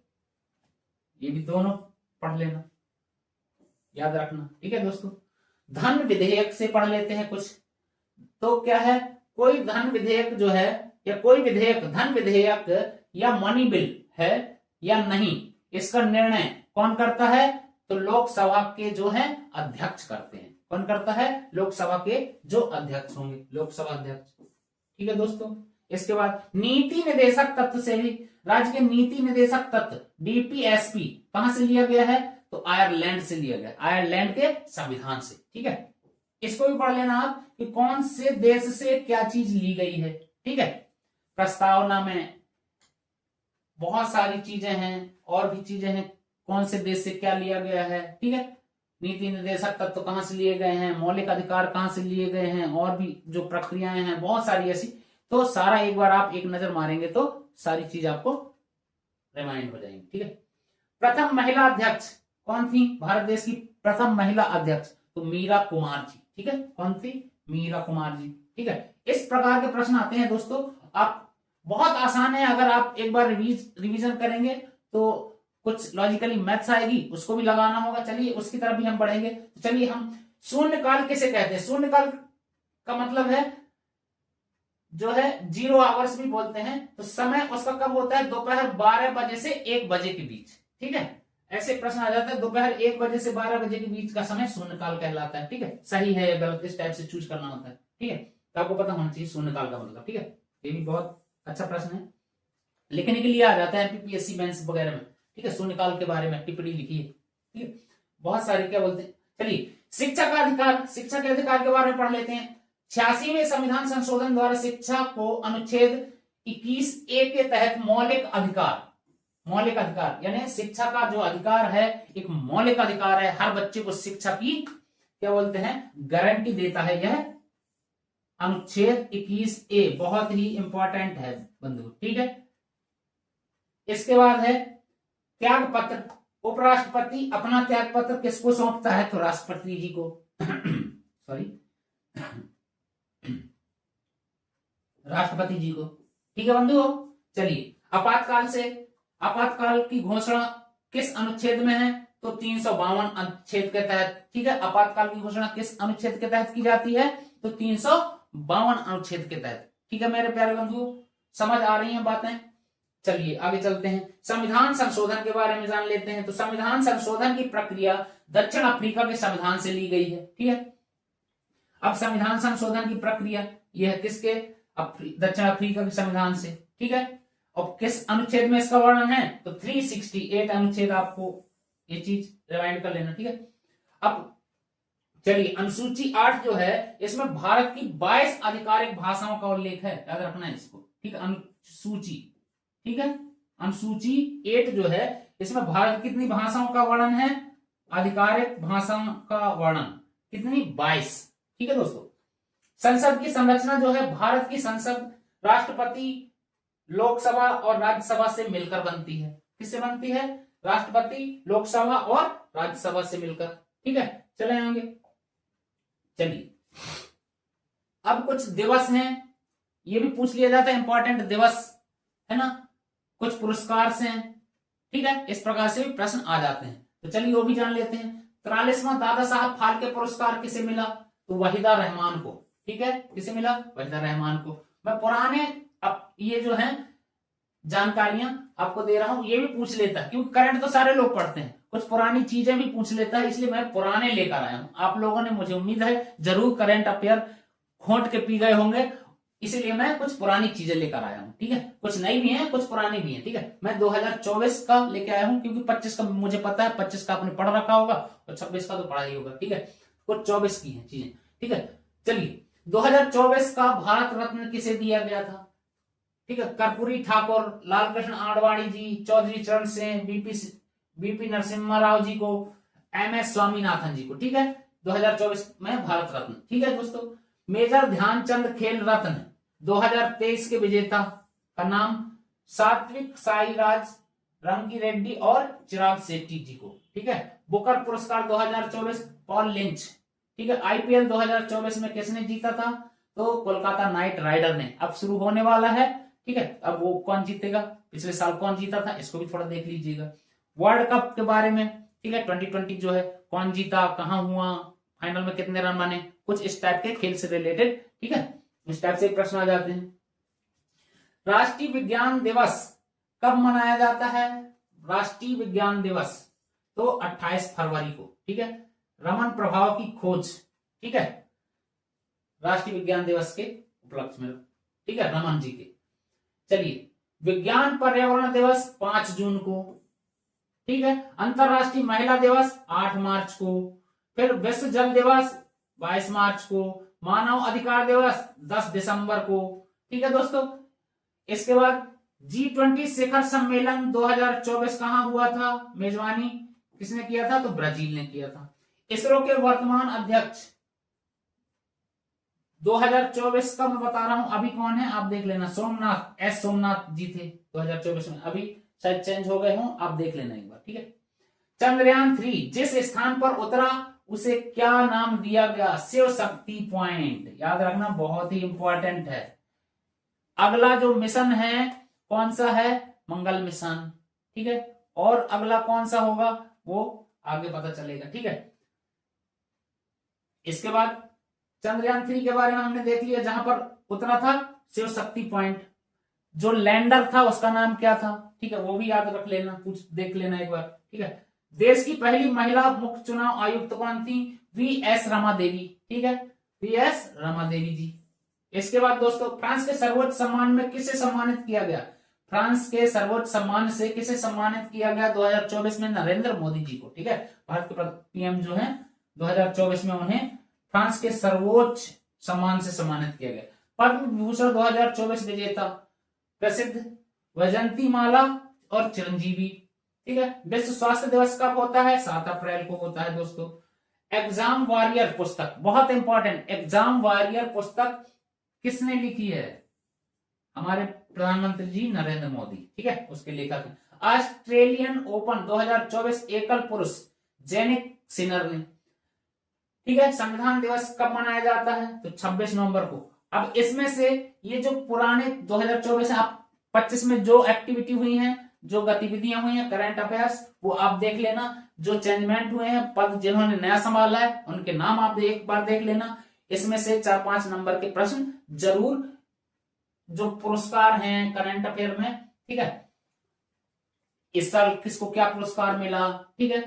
कुछ राइटर्स के नाम भी मैं आपको बता देता हूं, बुक किसने क्या लिखा, कुछ किताबें और उनके लेखक, ठीक है, उससे भी आ जाते हैं। गोदान किसने लिखा? मुंशी प्रेमचंद जी ने। गबन भी लिखा मुंशी प्रेमचंद जी ने। फिर रंगभूमि भी मुंशी प्रेमचंद जी ने, ठीक है दोस्तों। ये 3 बुक हैं, गोदान, गबन और रंगभूमि, मुंशी प्रेमचंद जी द्वारा लिखित हैं या इसके लेखक हैं, ठीक है। चलिए, गीतांजलि किसने लिखा? रविंद्रनाथ टैगोर जी, ठीक है, गीतांजलि, ठीक है दोस्तों, Rabindranath Tagore. War and Peace, याद रखिए, इसके लेखक कौन है? लियो टॉल्स्टॉय, ठीक है। ए टेल ऑफ टू सिटीज के लेखक कौन है? Charles Dickens. इसके बाद द गाइड के लेखक कौन है? आर के नारायण। और मालगुडी डेज के भी आर के नारायण। इसके बाद इंडिया विंस फ्रीडम, ये भी बहुत इंपॉर्टेंट है, ठीक है, इंडिया विंस फ्रीडम के लेखक मौलाना अबुल कलाम आजाद, ठीक है। डिस्कवरी ऑफ इंडिया, ये भी बहुत इंपॉर्टेंट है, ठीक है, डिस्कवरी ऑफ इंडिया कई बार पूछा गया है, जवाहरलाल नेहरू जी द्वारा लिखित, ठीक है। My experiment with truth, Mahatma Gandhi ji द्वारा लिखित है, लेखक इसके कौन है? महात्मा गांधी जी, ठीक है, बापू। द प्रिंस के लेखक कौन है? तो मैकियावेली, ठीक है, मैकियावेली, ठीक है। द कम्युनिस्ट मैनिफेस्टो, इसके लेखक कार्ल मार्क्स। और एक और है दास कैपिटल, इसके भी कार्ल मार्क्स। चलिए आगे चलें दोस्तों, इनको जरूर रिमाइंड करिए, शायद इसमें से 1-2 प्रश्न, एक प्रश्न तो आ सकता है, ठीक है, इंपॉर्टेंट बुक है। बाकी क्या बोलते हैं, अगली मर्जी एनटीपीसी की, ठीक है। चलिए, हैरी पॉटर के लेखक जो है J K Rowling. To kill a mockingbird, Harper Lee, ठीक है, कौन है इसके लेखक? To kill a mockingbird के Harper Lee. The old man and the sea, इसके कौन है? इसके हैं अर्नेस्ट हेमिंग्वे, ठीक है। पंचतंत्र के विष्णु शर्मा जी, ठीक है। अर्थशास्त्र के कौटिल्य, बहुत पॉपुलर पुस्तक है ये, ठीक है, बहुत, अर्थशास्त्र के या चाणक्य या कौटिल्य, ठीक है, अर्थशास्त्र और चाणक्य, ठीक है, उसी को बोला जाता है, उन्हीं को, चाणक्य या अर्थशास्त्र लेखक, ठीक है, कौटिल्य या चाणक्य, ठीक है। रामचरितमानस पता ही होगा, तुलसीदास जी। महाभारत वेदव्यास, वेदव्यास, ये वाला प्रश्न, महाभारत के रचयिता का नाम वेदव्यास है, ये वाला प्रश्न आया था राष्ट्रीय मिलिट्री स्कूल में, ठीक है। रामायण के रचयिता कौन है? वाल्मीकि जी। रामायण और रामचरित में बहुत फर्क है, ठीक है, इसी में गलती कर देते लोग, ठीक है। गीत गोविंद के लेखक जयदेव जी। कामिनी के लेखक जयशंकर प्रसाद जी। गोरा के लेखक रविन्द्रनाथ टैगोर जी। आनंदमठ के लेखक बंकिम चंद्र चट्टोपाध्याय जी। देवदास के लेखक शरत चंद्र चट्टोपाध्याय जी। चित्रलेखा के लेखक कौन है? भगवती चरण शर्मा जी। ठीक है दोस्तों, यहां तक हो गया, समझ आ रही हैं चीजें? तो आप जरूर लाइक, सब्सक्राइब और अपने दोस्तों को भी शेयर करें। ठीक है, चलिए आगे चलते हैं। कुछ महत्वपूर्ण रिपीटेड, जो बार बार रिपीट होते हैं, वो प्रश्न देखिए भौतिक विज्ञान से। कार्य और ऊर्जा, ठीक है, हम इसके बारे में जानते हैं। जब कोई वस्तु स्वतंत्र रूप से पृथ्वी की ओर गिरती है तो उसकी कुल ऊर्जा अपरिवर्तित रहती है। क्या सही है या गलत, इस टाइप से आ जाता है। ठीक है, तो ये मैंने सही सही पॉइंट्स ही लिखे हैं। ठीक है, यानी कार्य और ऊर्जा के बारे में, जब कोई वस्तु स्वतंत्र रूप से पृथ्वी की ओर गिरती है तो उसकी कुल ऊर्जा अपरिवर्तित यानी कांस्टेंट रहती है। ठीक है दोस्तों, तो ध्वनि के बारे में जान लीजिए। ध्वनि तरंगें जो है निर्वात में यात्रा नहीं करती, यानी जो ध्वनि तरंगें हैं वैक्यूम में ट्रेवल नहीं करती हैं। ठीक है, इसके लिए माध्यम की आवश्यकता होती है, यानी साउंड है हमारा निर्वात में वो नहीं जा सकता यदि हवा जहां नहीं है। ठीक है, या कुछ भी मान लो मीडियम नहीं है, वहां पर वो ट्रेवल नहीं करता। ठीक है, ये चीज पता होना चाहिए। कार्य के बारे में जानिए, कार्य ऊर्जा और ध्वनि। फिर प्रकाश, लाइट के बारे में भी ऐसी है। आकाश का नीला रंग किसके कारण दिखता है? इस प्रकार से लिया जाता है, प्रकीर्णन या स्कैटरिंग के कारण। ठीक है, लेंस भी बहुत इंपॉर्टेंट है। निकट दृष्टि दोष में कौन से लेंस का उपयोग किया जाता है? आपने पढ़ लिया होगा। ऊष्मा से, सूर्य की ऊष्मा पृथ्वी तक जो है विकिरण या रेडिएशन विधि द्वारा पहुंचती है। ठीक है, उसके बाद विद्युत से, प्रतिरोध जो है, विद्युत प्रतिरोध जो होते हैं उसका मात्रक क्या है? एसआई मात्रक तो ओम है। ओम्स का लॉ से भी आ जाता है। ओम्स का लॉ क्या है? ठीक है, तो उसका फार्मूला लिखने के लिए भी आ जाता है। ठीक है, आप लोगों को पता ही होगा, आप लोग इंटेलिजेंट हो दोस्तों। ठीक है, फिर मैं आपको एक बार रिवाइज करा रहा हूं। ठीक है, चलिए आगे। कुछ रसायन विज्ञान से पीएच मान पूछ लेता है। पीएच मान, तो शुद्ध जल का पीएच मान क्या है? ब्लड का पीएच मान क्या है? ठीक है, तो जल का पीएच मान शुद्ध वाटर का 7 होता है। ठीक है, धातु क्विक सिल्वर के नाम से किसे जाना जाता है? तो पारा या मरकरी को। ठीक है, बहुत इंपॉर्टेंट प्रश्न है ये, क्विक सिल्वर नाम। ठीक है, किसका है? पारा का। ठीक है मेरे बंधुओं, लाफिंग गैस, ये भी आपने पढ़ा ही है। लाफिंग गैस जो है हंसाने वाली गैस, उसका फार्मूला N2O। ठीक है, क्या कहते हैं? Nitrous oxide. ठीक है, इसके बाद अम्ल जो होते हैं, ठीक है, सिरका है ना, सिरका विनेगर में मुख्य रूप से कौन सा अम्ल पाया जाता है? Acetic acid. ठीक है, एसिटिक एसिड। परमाणु के बारे में जान लेते हैं। आधुनिक आवर्त सारणी या मॉडर्न पीरियडिक टेबल परमाणु क्रमांक के बारे में एटॉमिक नंबर पर आधारित होती है। जो हमारी वर्तमान में जो आवर्त सारणी है वो किस चीज पर है? एक होता है परमाणु द्रव्यमान और एक होता है परमाणु क्रमांक। तो परमाणु क्रमांक पर है। ठीक है, परमाणु क्रमांक किस पर है आधारित? परमाणु क्रमांक पर। ठीक है, चलिए अब मिश्र धातु जो है, मिश्र धातु पीतल जो है उसमें कौन कौन सी चीजें मिलकर पीतल बनता है? ठीक है, तो वही है तांबा और जस्ता। ये भी पूछ लेता है, तांबा और जस्ता किसका मिश्रण है ना? तांबा और जस्ते का मिश्रण को क्या कहते हैं? मिश्र धातु कहते हैं। क्या बनता है? पीतल। ठीक है, यानी पीतल कौन कौन से दो धातुओं से मिलकर बना है? तो तांबा और जस्ता, उसका ये क्या बोलते हैं रसायन भाषा में? Cu और Zn। ठीक है, चलिए कुछ और इंपॉर्टेंट प्रश्न जो रेलवे या दूसरे क्या बोलते हैं उससे सब्जेक्ट से हैं, तो उसमें बहुत ही इंपॉर्टेंट है। भारतीय रेलवे के जनक, बहुत बार रिपीट हुआ है दोस्तों, किसे कहा जाता है? लॉर्ड डलहौजी को भारतीय रेलवे का जनक। याद रखना, इसलिए थोड़ा मैंने इसे बोल्ड कर रखा है, बहुत ही इंपॉर्टेंट प्रश्न है, बहुत बार रिपीट हुए हैं। ठीक है, लाइफ लाइन एक्सप्रेस यानी दुनिया का पहला हॉस्पिटल ट्रेन की शुरुआत कब हुई? तो 16 जुलाई 1991 को हुई है।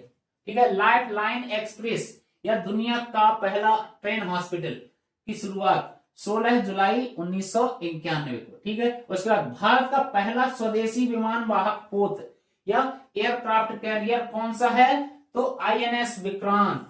याद रखिएगा, भारत का पहला स्वदेशी विमान वाहक पोत, ठीक है, कौन सा है? INS विक्रांत। इसके बाद चलिए दूसरा हो गया, तीसरा हो गया, सार्क जो है, सार्क का मुख्यालय कहां पर है? हेडक्वार्टर्स, ठीक है, ये भी बहुत आ जाता है। WTO का कहां है? ठीक है, वर्ल्ड बैंक का कहां है? ठीक है, इस प्रकार से वर्ल्ड ट्रेड ऑर्गेनाइजेशन का कहां है? ठीक है, विश्व बैंक का कहां है? इस टाइप से पक्का आप एक बार एक नजर मारना, इसमें से भी एक प्रश्न आ जाता है। ठीक है, चलिए इसके बाद मानव शरीर में सबसे छोटी हड्डी, ये भी बहुत बार रिपीट हुआ है प्रश्न। स्टेप्स कहां पाई जाती है? कान में। ठीक है, कान में, ये छोटी सी जो है इस कहते। ठीक है, इसी के बाद विश्व ओजोन दिवस कब मनाया जाता है? बहुत इंपॉर्टेंट प्रश्न है। ठीक है, हर साल किस दिन? ठीक है, तो 16 सितंबर के दिन मनाया जाता है। कब दोस्तों? विश्व ओजोन दिवस 16 सितंबर के दिन। ठीक है, फिर भारतीय संविधान की प्रस्तावना का विचार किस देश से लिया गया है? भारतीय जो संविधान है उसमें प्रस्तावना जो है वो अमेरिका, USA से। ठीक, चिपको आंदोलन, याद रखना, चिपको आंदोलन का मुख्य संबंध किससे था? वृक्षों की कटाई से था, और सुंदरलाल बहुगुणा जी द्वारा। ठीक है, याद रखना। चलिए, विटामिन B12 में कौन सा धातु पाया जाता है? विटामिन B12 में तो कोबाल्ट पाया जाता है। ठीक है मेरे बंधुओं, इसका भारत में पहली बार जनगणना कब हुई? बहुत इंपॉर्टेंट प्रश्न। और किसने किया? भारत में पहली बार जनगणना कब हुई? सेंसस। ठीक है, पहली सेंसस 1872 में लॉर्ड मेयो के समय, लॉर्ड मेयो। ठीक है, याद रखिएगा, बहुत ही इंपॉर्टेंट ये प्रश्न है, कई बार रिपीट हुए। ठीक है, ब्लड का पीएच मान क्या है? पानी का पीएच मान क्या है? ठीक है, इस प्रकार से भी बहुत से प्रश्न। माइक्रोकाइंड्रिया, पावर हाउस, इस टाइप से प्रश्न बार बार रिपीट होते हैं। चलिए कुछ मैथ्स के, मैं सवाल तो नहीं कराऊंगा, लेकिन कुछ थ्योरम्स या कुछ ऐसी परिभाषाएं या कुछ सूत्र जो है वो जरूर थोड़ा मैं बता देता हूं, आपको पता होना चाहिए। उसी में से भी एक दो प्रश्न जरूर आ जाते हैं, लाइनर इक्वेशन, ये इस टाइप के, उसमें से थ्योरम से तो आपको सर्किल से या किसी से भी इस टाइप के आ जाते हैं, क्योंकि हम वो कराएंगे, क्लास बहुत लंबी हो जाएगी और वो चीजें समझने के लिए बहुत टाइम चाहिए। आप लोगों ने जरूर रिवीजन किया होगा। चलिए मैं कुछ चीजें जो इंपॉर्टेंट है वो बता देता हूँ। संपूरक कोण, ठीक है, ये इंपॉर्टेंट है। संपूरक कोण के बारे में जान लीजिए। ऐसे दो कोण जिनका योग 180 अंश होता है उन्हें संपूरक कोण कहते हैं। इस टाइप से भी आ जाता है प्रश्न, ठीक है, याद रखिएगा। फिर पूरक कोण आ जाएगा, तो ऐसे दो कोण जिनका योग 90 अंश होता है पूरक कोण कहलाते हैं। ठीक है, शीर्षाभिमुख कोण, शीर्षाभिमुख कोण किसे कहा जाता है? तो जब दो रेखाएं एक दूसरे को काटती हैं, तो आमने सामने जब दो रेखाएं, ठीक है, जब दो कोण जिनका योग 90 अंश होता है उसे पूरक कोण कहते हैं। और जब दो रेखाएं जो ये दो रेखाएं हैं एक दूसरे को काटते हैं, अभी ऐसे तो नहीं काटती है, दोनों पैरेलल हैं, काटेंगी कब?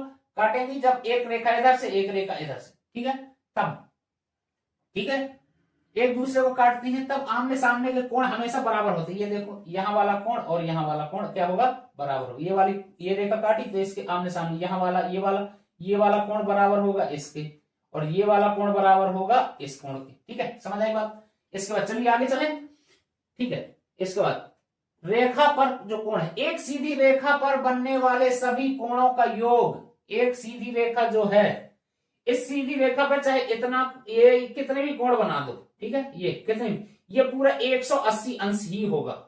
ठीक है, तो ये जितने भी ये ऐसे इस टाइप के बनेंगे ना कोण, कितने कितने भी अंश के बने, उन सबको अगर टोटल किया जाएगा तो 180 अंश। आपने पढ़ा ही होगा, ठीक है, यानी ठीक है। चलिए आगे चलें।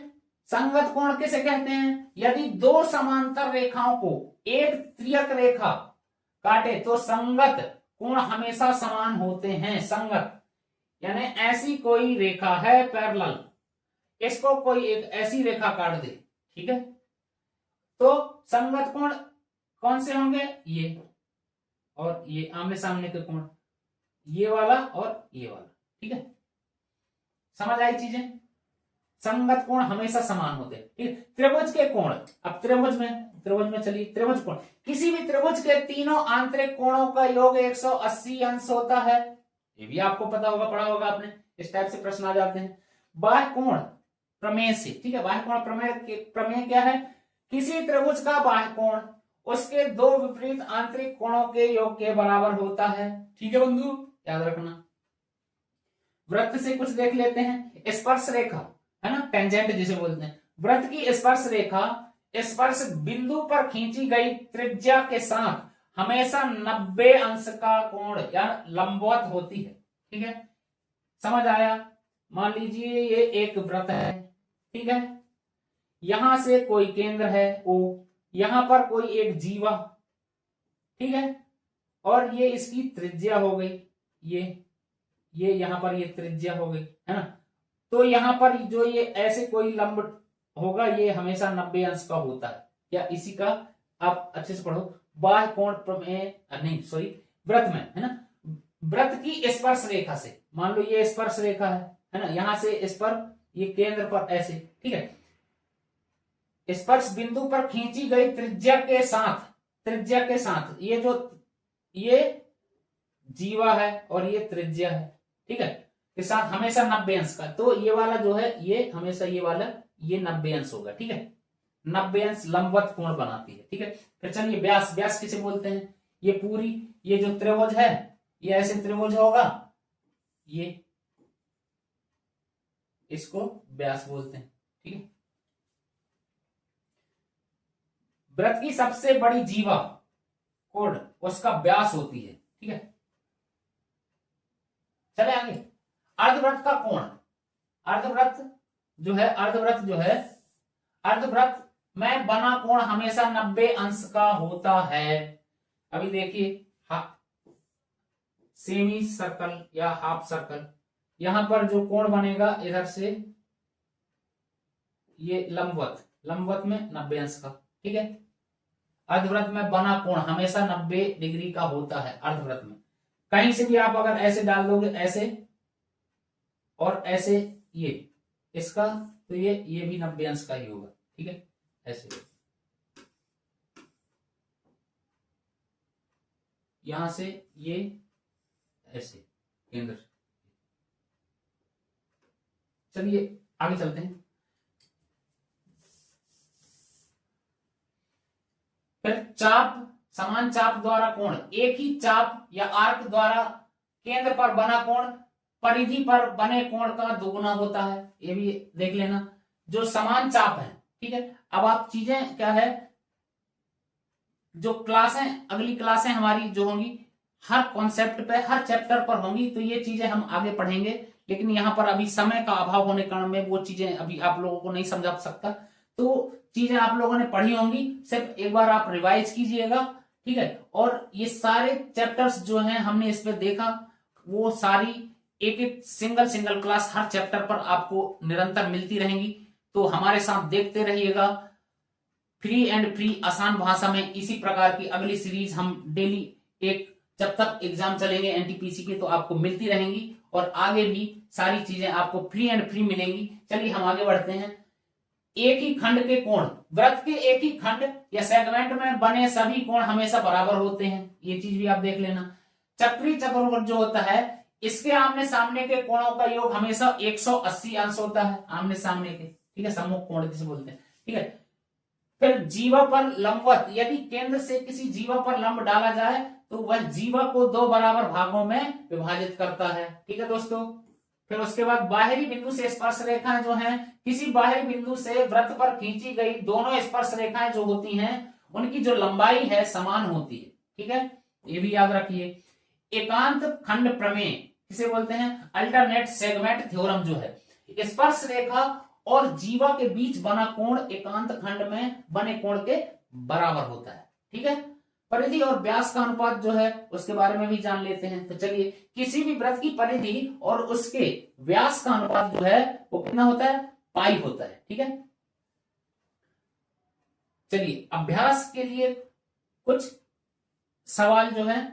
चलिए, यदि किसी वृत्त के केंद्र पर बना कोण 100 डिग्री है, ठीक है, तो उसी चाप द्वारा परिधि पर बना कोण कितना होगा बताओ। ठीक है, उसका आधा होगा। ठीक है, तो आधा कितना होगा, 50 डिग्री। ठीक है मेरे दोस्तों, तो चलिए अब हम कुछ और इंपॉर्टेंट चीजें देख लेते हैं जो एग्जाम में जरूर एक एक नंबर के आ जाते हैं, तो वो भी बहुत इंपॉर्टेंट है देखना। तो चलिए हम देखते हैं कुछ कंप्यूटर से रिलेटेड शॉर्टकट की हैं और कुछ एब्रीविएशंस हैं। हर वर्ष हर एग्जाम में जो एनटीपीसी का है उसमें जरूर एक एक नंबर के जरूर ये प्रश्न आ जाते हैं, तो 2 नंबर आपके यहां से जरूर आने की फुल संभावना है। तो देखिए वाईफाई को क्या बोलते हैं शॉर्ट में, या स्टैंड फॉर भी बोल देता है या एब्रीविएशन भी तो बोलते हैं। वाईफाई का स्टैंड फॉर क्या है, वायरलेस फिडेलिटी। WW का पूछ लेता है, आपको पता होगा वर्ल्ड वाइड वेब। और बायस का पूछ लेगा तो basic input output system. RAM का रैंडम एक्सेस मेमोरी। रोम का रीड ओनली मेमोरी। HDD का तो हार्ड डिस्क ड्राइव। इसी प्रकार से SSD का तो सॉलिड स्टेट ड्राइव। USB का तो यूनिवर्सल सीरियल बस। GPU का है ग्राफिक प्रोसेसिंग यूनिट। OS का पूछ लेगा ऑपरेटिंग सिस्टम। LAN का है लोकल एरिया नेटवर्क। WAN का है वाइड एरिया नेटवर्क। MAN का है मेट्रोपॉलिटन एरिया नेटवर्क। URL का है यूनिफॉर्म रिसोर्सेस लोकेटर। HTTP बहुत इंपॉर्टेंट है, HTTP hyper text transfer protocol. IP internet protocol ये भी बहुत इंपॉर्टेंट है। DNS ये भी इंपॉर्टेंट है। Domain name system, domain name server भी दे देगा तो डाउट नहीं खाना है। डोमेन नेम क्या है, सही डोमेन नेम सिस्टम। ठीक है, इसी प्रकार HTML बहुत इंपॉर्टेंट है, हाइपर टेक्स्ट मार्कअप लैंग्वेज। ठीक है दोस्तों, HTML। इसी प्रकार PDF का भी याद रखिए, PDF भी बहुत बार पूछा गया है, तो पोर्टेबल डॉक्यूमेंट फॉर्मेट। ठीक है, इसी प्रकार है JPEG और JPG दोनों का पूछ लेता है, तो क्या है वर्चुअल प्राइवेट नेटवर्क। ठीक है,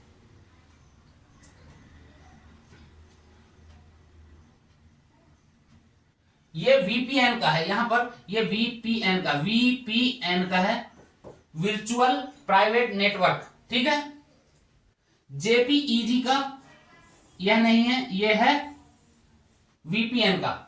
VPN का क्या है, वर्चुअल प्राइवेट नेटवर्क। ठीक है दोस्तों, देख लीजिएगा आप। इसी प्रकार इसके बेसिक में जो शॉर्टकट की हैं वो भी आप देख लीजिए। कंट्रोल प्लस आप देखेंगे जूम कैसे होता है ना, तो कंट्रोल प्लस का जो निशान है, कंट्रोल के साथ में आप प्लस को दबाएंगे तो जूम इन हो जाएगा और माइनस का दबाएंगे तो जूम आउट हो जाएगा। ठीक है, ये जूम इन जूम आउट के लिए कंट्रोल A यानी कंट्रोल प्लस A को अगर आप करेंगे तो सेलेक्ट ऑल हो जाएगा पूरा।